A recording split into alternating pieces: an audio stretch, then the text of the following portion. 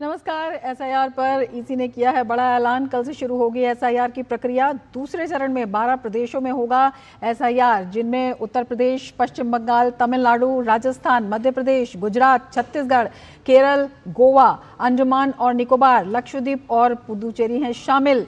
क्या कुछ होगा असर, कैसे आएगी पारदर्शिता, लोकतंत्र में कैसे आएगी मजबूती, इसी पर हम आज करेंगे चर्चा। मैं हूं रमा त्यागी, मेरे साथ जुड़ेंगे खास मेहमान भी।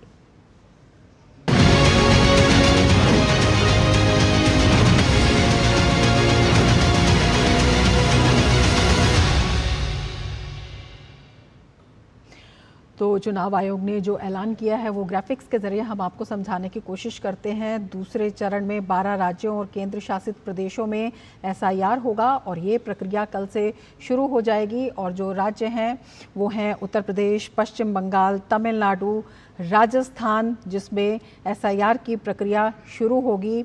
12 राज्यों केंद्र शासित प्रदेशों में ये शुरू होगी।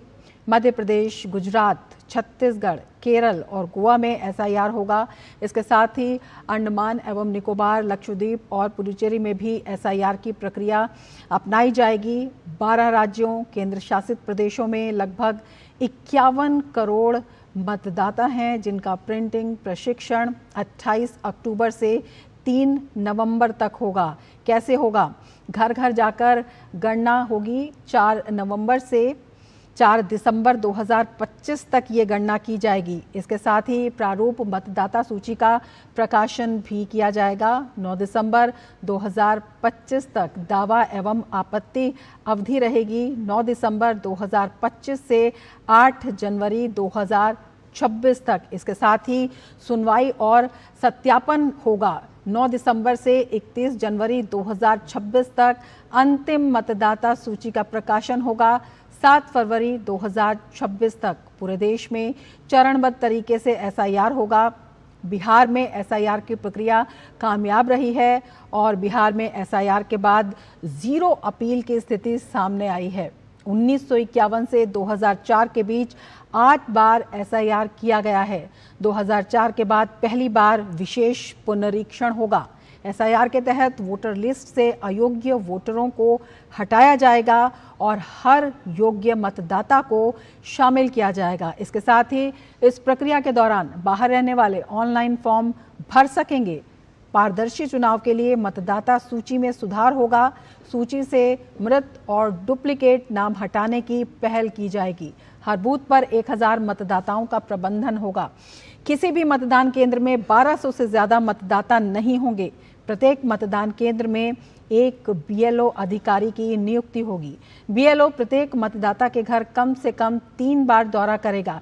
इसके साथ ही ईआरओ करेंगे मतदाता सूची की तैयारी और संशोधन का काम। साथ ही एसडीएम स्तर के अधिकारी ईआरओ की भूमिका संभालेंगे और मतदाता सूची जो है वो पारदर्शी होगी, सटीक होगी और लोकतंत्र की मजबूती के लिए बेहद अहम कदम इसे बताया जा रहा है। ये दूसरे चरण की प्रक्रिया 12 राज्यों और केंद्र शासित प्रदेशों में कल से शुरू होनी है। चुनाव आयोग ने पूरे देश में मतदाता सूची पुनरीक्षण यानी एसआईआर शुरू करने की घोषणा कर दी है। एसआईआर को लेकर की गई प्रेस कॉन्फ्रेंस में मुख्य चुनाव आयुक्त ज्ञानेश कुमार ने इसकी घोषणा की। मुख्य चुनाव आयुक्त ने कहा कि एसआईआर का पहला चरण बिहार में पूर्ण हो चुका है। उन्होंने कहा कि एसआईआर का दूसरा चरण 12 राज्यों और केंद्र शासित प्रदेशों में शुरू होगा।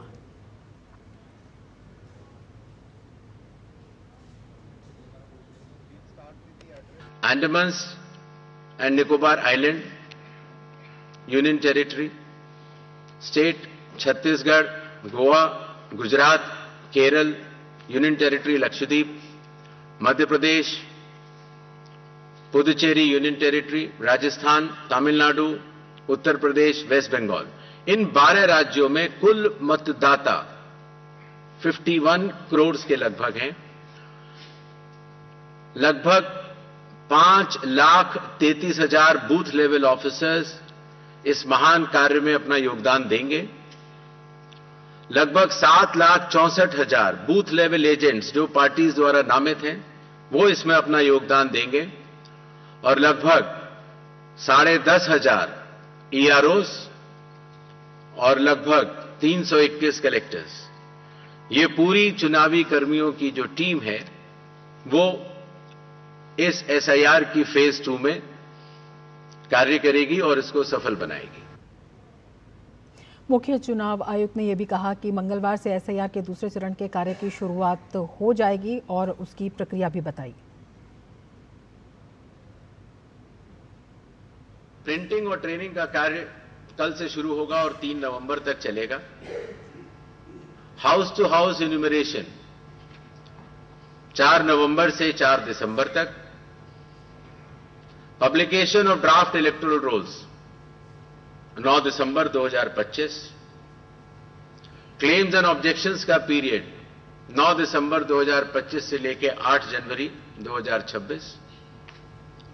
जिन लोगों को नोटिस जाएंगे उनकी हियरिंग और वेरिफिकेशन का समय 9 दिसंबर से 31 जनवरी तक होगा और फाइनल इलेक्टोरल रोल्स 7 फरवरी 2026 को प्रकाशित किए जाएंगे।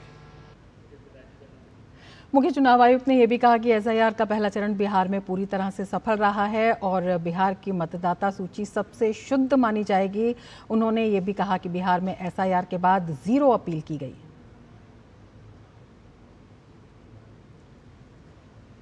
SIR का फेज 1 समाप्त हुआ और इस चरण की सबसे बड़ी खूबी यह रही कि बिहार के 7.5 करोड़ मतदाताओं ने बढ़ चढ़कर पार्टिसिपेट किया।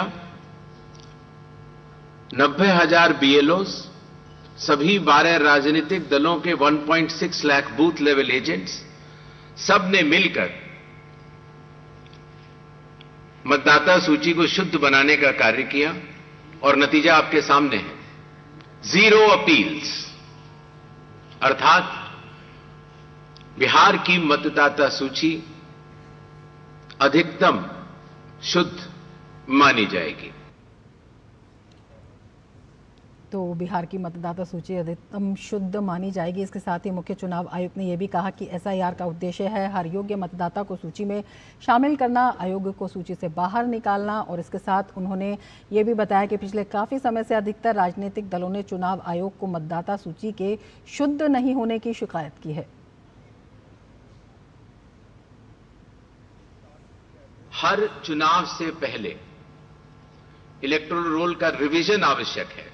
विगत कुछ दशकों से लगभग हर राजनीतिक पार्टी ने मतदाता सूची के शुद्ध न होने के ऊपर चुनाव आयोग को लगातार शिकायतें दी हैं।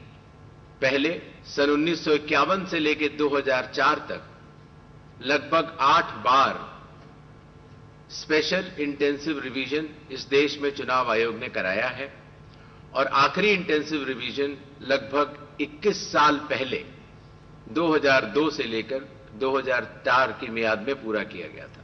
इस लंबे दौर में, 2 दशकों से भी अधिक लंबे दौर में मतदाता सूची में कई परिवर्तन आवश्यक हो जाते हैं। तो मतदाता सूची में लंबे समय के बाद जो है कई परिवर्तन आवश्यक हो जाते हैं और जो शुद्ध करने की मांग थी राजनीतिक दलों की लगातार चल रही थी, उसी के तहत ये बड़ा कदम उठाया गया।